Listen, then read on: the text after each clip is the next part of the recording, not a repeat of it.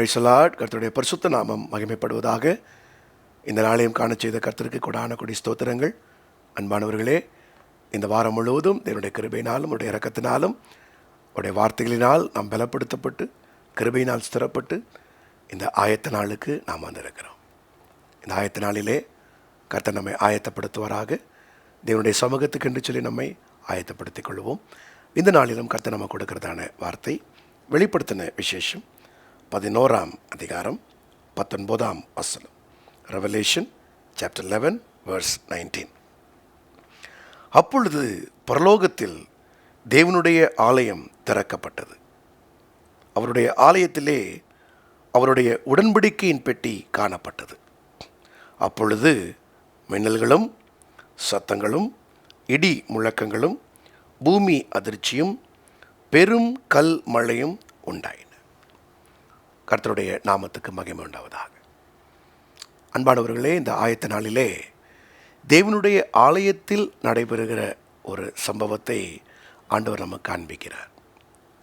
அந்த தேவனுடைய ஆலயத்தில் உடன்படிக்கை பெட்டி காணப்படும் போது சில சத்தங்கள் உண்டாகின்றன.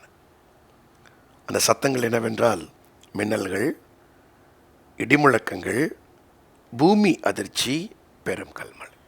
ஒரு 5 விதமான மூமெண்ட்ஸ் இல்லாவிட்டால் சத்தங்களை நாம் பார்க்கிறோம். இவைகள் என்னவென்றால் தேவனிடத்திலிருந்து நமக்கு கொடுக்கப்படுகிற பதில்களின் நிலவரங்கள். நம்ம ஒவ்வொருவருக்கும் வேண்டிய பதிலை தேவன் ஆலயத்தின் மூலமாக அவர் தருகிறார். அது மின்னலை போல இருக்கலாம், அது பூமி அதிர்ச்சியை போல இருக்கலாம், அது பெருங்காற்றாக இருக்கலாம். அதன் மூலமாக கர்த்தர் உங்களுக்கு வேண்டியதான பதில்களை, ரிப்ளை ஃப்ரம் ஹெவன், ஆண்டவர் உங்களுக்கு தர்றார். உங்களுடைய இருதயத்தின் வாஞ்சைகள், இருதயத்தின் வேண்டுதல்களுக்கு கர்த்தர் அந்த நேரத்தில் அவர் பதில் தர்றார். அது ஆலயத்தில் நடக்குது. அது எப்போ நடக்குதுன்னா, உடன்படிக்கை பெட்டி காணப்படும் போது அது நடக்குது. நாம் தான் அந்த உடன்படிக்கை பெட்டி. நமக்குள்ளே ஆண்டவர் 3 விதமான காரியங்களை வைக்கிறார். அந்த உடன்படிக்கை பெட்டிக்குள்ளே 2 கற்பலகைகள், கற்பனைகள் எழுதப்பட்டது. 2வது மன்னா வைக்கப்பட்ட பொற்பாத்திரம். 3வது ஆரோனுடைய அந்த தளிர்த்த உயிர் பெற்ற கோல். இந்த 3 அதுக்குள்ளே இருக்குது. நமக்குள்ளே ஆண்டவர் அந்த 2 கற்பலகைகளுக்கு சமானமான அன்பு, அந்த 10 கற்பனை 10 கட்டளைகள் எதை குறிக்கிறது என்றால், முதல் 4ம் தேவனோடு இருக்கிற அன்பு, மீதம் இருக்கிற 6 மனிதனோடு இருக்கிற அன்பு. இந்த அன்பு நமக்குள்ளே பூரணப்படணும்னு ஆண்டவர் விரும்புகிறார். இந்த அன்பில் நம்ம வளரணும், அன்பில் பெருகணும். அன்பு சகிக்கும், அன்பு தாங்கும், அன்பில் பொறாமை இல்லை, அன்பு சினமடையாது, தீங்கு நினையாது, அன்பு பழி வாங்காது, அன்பு உதவி செய்யும், அன்பு மற்றவங்களை நாடும்.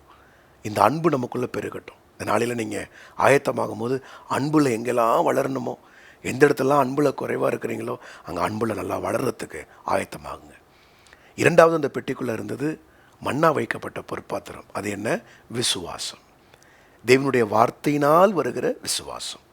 உங்களுக்குள்ள நல்ல ஒரு ஆழமான விசுவாசத்துக்குள்ளே உங்களை திடப்படுத்திக் கொள்ளுங்கள். எந்த சூழ்நிலையிலும் அவிசுவாசம், அற்ப விசுவாசம் அது நமக்குள்ளே வராதபடிக்கு ஒரு மகா பரிசுத்தமான விசுவாசத்திற்கு நம்மை ஆயத்தப்படுத்திக் கொள்வோம். நம்முடைய ஜீவியமே விசுவாசித்து நடக்கிறது தான். நம்ம தரிசித்தே நடக்கக்கூடாது. அது உலக பிரகாரமானவங்க தான் பார்த்து நடப்பாங்க.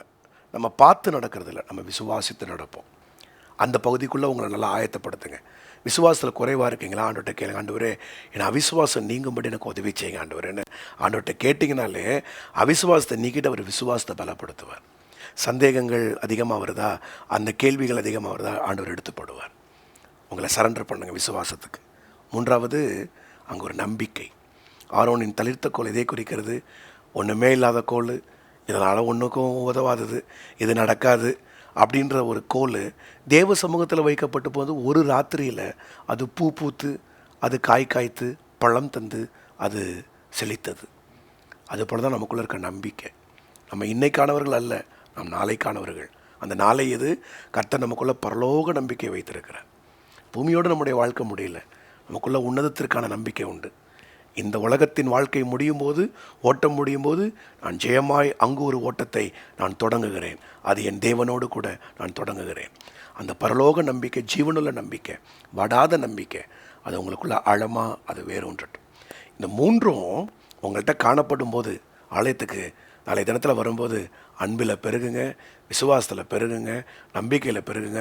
இதுக்காக ஆயத்தமாகி தேவனுடைய சமூகத்தில் வரும்போது பரலோகத்திலிருந்து உங்களுக்கு மின்னல்களும் இடிமுழக்கங்களும் பூமி எதிர்ச்சிகளும், ஆன்சர்ஸ் ஃப்ரம் ஹெவன், பதில்கள் உங்களை நோக்கி வரும். இந்த மூன்று இருக்கும்போது பதில்கள் வந்துடும். யாப்போக்கு நதிக்கரையில் இந்த மூன்றையும் உருவாக்கிட்டான். அன்பு உருவாயிடுச்சு, விசுவாசம் உருவாயிடுச்சு, அங்கே நம்பிக்கை உருவாயிடுச்சு. இது மூணும் உருவான உடனே அவனை தாக்க வந்த ஏசா, 400 பேரோடு வந்த ஏசா கட்டி பிடிச்சி தம்பின்னு அவன் முத்தம் கொடுத்துட்டான். மாற்ற முடியாததை கர்த்தர் மாற்றிடுவார். மாற்ற முடியாத இடங்களை கர்த்தர் மாற்றுவார். பதில் உடனே கிடைக்கும். ஏன்னா இங்கே அன்பும் நம்பிக்கையும் விசுவாசமும் உருவாயிட்டு உடன்படிக்கை பெட்டி காணப்பட்டாலே அங்கே சத்தங்களும் மின்னல்களும் உங்களுக்காய் உருவாகும். கர்த்தர் அதை உங்களுக்காய் செய்வார். ஆயத்தமாகவும் நீங்கள் சென்னையில் இருப்பீங்கன்னா நாளை தினத்தில் காலை 5, 7, 9 3 ஆராதனைக்கு வாங்க. 3வது ஆராதனை ஆங்கில ஆராதனை. ஆங்கிலம் தெரிந்தவங்களையும் அறிமுகப்படுத்துங்க. மாலையில் ஈவினிங் சர்வீஸ் 6:30 மணிக்கு சிலுவைதான கூட்டமாகவும் நடக்குது. வாருங்கள், நாம் ஒன்று கூடி கர்த்தரை ஆராதிப்போம்.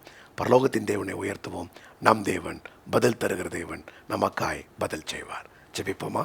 பிதாவே, இந்த நாளிலும் ஆயத்த நாளிலே நாங்கள் உடன்படிக்கை பெட்டியாய் எங்களை ஆயத்தப்படுத்துகிறோம். ஆண்டவரே, எங்களிலே சுபாவத்தில் அன்பில் எங்கே குறைஞ்சிருக்கோமோ நாங்கள் உருவாகட்டும். விசுவாசத்தில் எங்கே குறைஞ்சிருக்கோமோ உருவாகட்டும். நம்பிக்கையில் எங்கே குறைஞ்சிருக்கோமோ உருவாகட்டும்ப்பா. அப்படி பிள்ளைகள் தங்களை இந்த நாளிலே அமர்ந்து, தேவ சமூகத்தில் அமர்ந்து, தங்களை ஆராய்ந்து, தங்களை ஆயத்தப்படுத்தி கொள்ள உதவி செய்யும். எங்களுக்காக ஆலயத்திலே நாளைய தினத்தில் உம்முடைய நாமத்தில் நாங்கள் கூடி வரும்போது எங்களுக்கு ஏற்ற பதிலை, எங்களுக்கு ஏற்ற வார்த்தையை நீர் தந்து இன்னொரு புதிய வாரத்தை உங்கள் கரத்தை பிடித்து கொண்டு உமக்கு சித்தமானால் நாங்கள் தொடங்குவோம். அப்பா, உங்கள் கிருபை எங்களை நடத்தட்டும். ஆசீர்வதிங்க. துதிகன மகிமையில நமக்கு செலுத்துகிறோம். இயேசுவின் நாமத்தில் கேட்டுக்கொள்கிறோம் நல்ல பிதாவே. ஆமென், ஆமென், ஆமென். God bless you. கர்த்தர் தாமே உங்களை நடத்துவாராக. கர்த்தருக்கு சித்தமானால் நாளை தினத்திலே ஆலயத்தில் சந்திப்போம். வெளியூரில் இருப்பீர்களானால் அருகாமையில் இருக்கிற நல்ல ஆவிக்குரிய சபைக்கு சென்று உங்களை ஆராதனைக்கு உட்படுத்துங்கள். தேவன் உங்களை ஆசீர்வதிப்பாராக. God bless you. கர்த்தர் உங்களோடு இருப்பாராக. ஆமென்.